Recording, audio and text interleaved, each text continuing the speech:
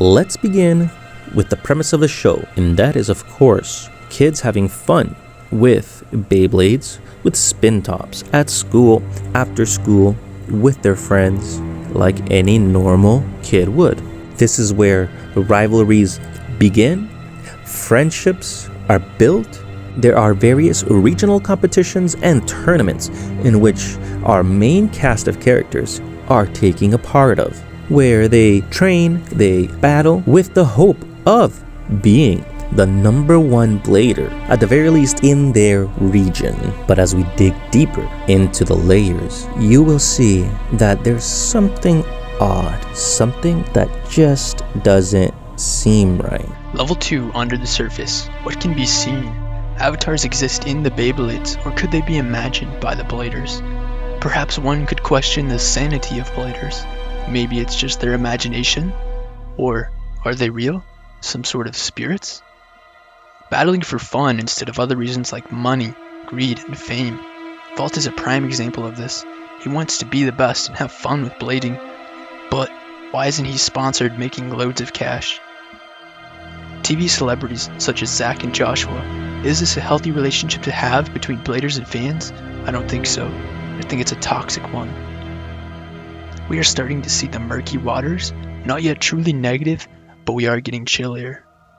If we dig deeper into the layers and get a little darker, of course, as we go deeper into what is hidden from us in Beyblade Burst, it's something that a lot of you like to call plot armor, where Vault Aoi basically ends up winning or losing certain matches where we know he should have won. We see where legendary bladers are now being crushed by newcomers. Is that on purpose? Or is that something that's planned? Legendary bladers being teamed up with not so great bladers, who they themselves are called legendary too. But if we get even deeper into what lies below.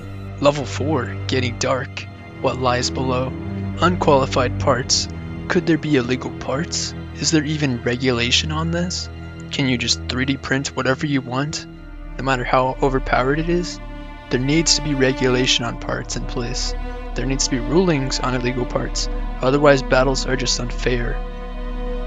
Corporate control over who makes money in Beyblade. Why is Vault not rich? He's one of the best bladers.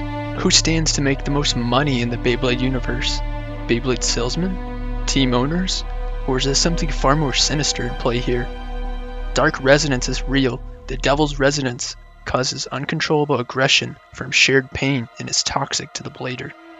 Evil is real in the Beyblade world. We know it. Now there is clear evidence of dark forces in play, but the worst is yet to come. In a world where dark resonance is a real thing, Beyblade is a very dangerous sport. The more involved you are in the Beyblade community, because it does get even darker into the darkest depths and the secrets that lie below from Beyblade Burst. You may not want to hear, but the implications of this are massive, because it does involve runaway kids and drug addictions. It's a story of corruption. It's a story of evil. An evil so dark and is so deep that we don't even know its beginning, and we sure know that it still has an end.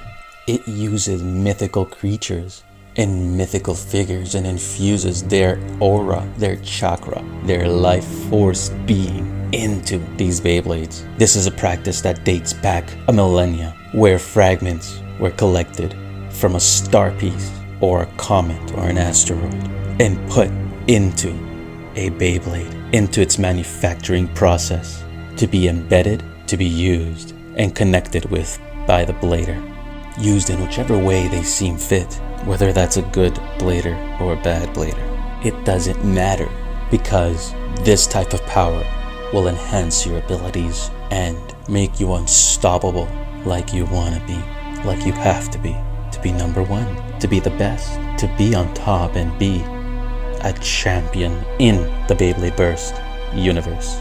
While we've never specifically seen Friggy ever take any sort of medication, we can assume that he's done something to himself. This is evident in his arm injury from the manga, which is how he came to have the armed guard we all associate with him. A weird part of Dark Resonance is that it could be taken back and broken. Evidently, when we see Phi breaking Achilles, it wasn't Aiga that pulled himself out of darkness at all. It was ironically Phi. There's all kinds of extortion, thievery, and blackmail that goes on behind closed doors in the darkest depths of Beyblade Burst. But what do you think? Is Beyblade Burst that dark?